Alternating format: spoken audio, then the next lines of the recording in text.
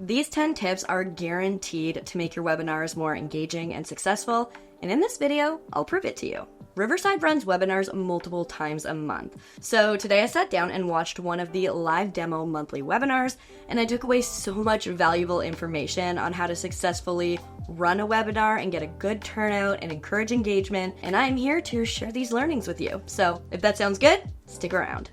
So the first thing I learned was that you need to promote your webinar properly or else nobody's going to show up. Riverside promotes webinars on all social channels and in email newsletters to encourage engagement. If you don't already have a community, you can post in relevant Facebook groups, you can create promotional reels. I'll actually show you how easy this is to do in the video linked above. You can run ads, you can post in relevant subreddits, you can collab with micro-influencers. There are so many ways that you can reach the people that you think would benefit from your webinar. You can also link your upcoming webinar in the comments of this video and promote it right here with the Riverside community. So next is to ask yourself, what is the goal of your webinar? For example, you can create webinars to attract new users or clients, and you can also foster your relationship with existing customers. Riverside does a mix of both of these types of webinars, helping new and existing users, and also educational webinars that focus on the industry to educate and attract. On that note, run webinars regularly. Riverside runs webinars multiple times a month, like I mentioned. So this gives the chance to constantly reach new people, try new promotion tactics, and experiment with different formats. Now, if you're thinking about running webinars, or if you already run webinars, then you know this, use a software that makes it easy. The last thing you want is to run into tech problems, internet issues, buggy software. A platform like Riverside.fm makes not only facilitating a webinar super easy, but it also makes recording and repurposing that webinar super easy. We're going to talk more about repurposing at the end of this video. If you want to see what a webinar completely produced on Riverside looks like, then keep an eye on our social media channels and tune into the next Riverside one. Gauge interest by having pre-registration so that you know how many people you can expect. When you run a webinar on Riverside, on certain plans, you can create an audience registration link so you can count those numbers ahead of time. This is going to help you keep track of growth and interest across various webinars. When you start your webinar, don't just get right into it. Engage with your audience. You want to encourage interaction. See how Steven started this one. So, if you're still here, I would love to hear from you in the chat. Let me know where you're watching from, tuning into the webinar. And I'm going to start from the beginning to show you all the things because there's some exciting features that I get to announce today.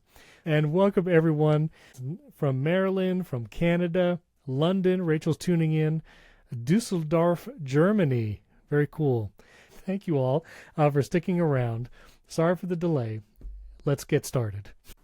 So the way that you start a webinar really sets the vibe of the whole experience. To reach a wider audience, collaborate with influencers or industry leaders. Many of Riverside's webinars feature well-known guests sharing their knowledge on an industry-specific topic. Partnering with a micro-influencer or industry expert can increase credibility and expand your reach. Once you're into the main content, keep that engagement going by making your webinar interactive.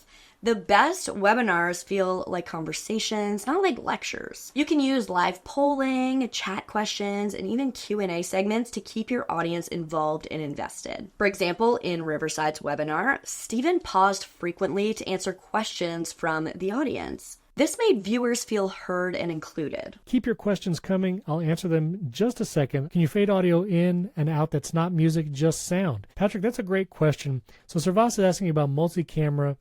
I actually have some videos specifically for this. Yes, Marin, absolutely. You'll get the full recording will be emailed to everyone who signed up for the webinar. You know, Marilyn, I would say, I'll tell you what, I'm going to put my email in the chat. So if anyone has any questions and so I can help out Marilyn a little further. Again, thank you all. Thank you all for your great questions. For those new to Riverside, we can't wait to see what you create. We'll catch you next time. Interactive moments like these keep people tuned in longer and encourage them to participate, which is what we all want in the end, right? Changing your layout during a webinar may seem simple, but it can make a big difference in holding your audience's attention. Riverside's layouts, for example, allow you to go from grid view to speaker view to a shared screen layout super easily, even with keyboard shortcuts. So this creates a dynamic viewing experience. You can spotlight different speakers, you can zoom in on demos, or you can switch to a presentation slide when it's relevant. The visual variation keeps your audience engaged and focused on what's important at each moment.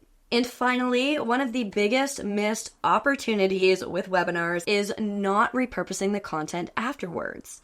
Once your webinar wraps up, use the recording to create short clips for social media, educational videos, or even blog content. Riverside's editor makes it easy to generate clips from your webinar so you can share highlights with those who couldn't attend and keep reaching new audiences long after the live session has ended. You're not just hosting a single event, you're creating an entire library of content that keeps working for you. If you want to learn how to repurpose your content with AI into things like social media clips and YouTube videos, podcast episodes, and even blog posts, then you can do all of that with Riverside as well. So I'm going to link a video at the end of this video that will walk you through the process step by step. I'll also link Riverside in the description so that you can try it out for free. So there you have it.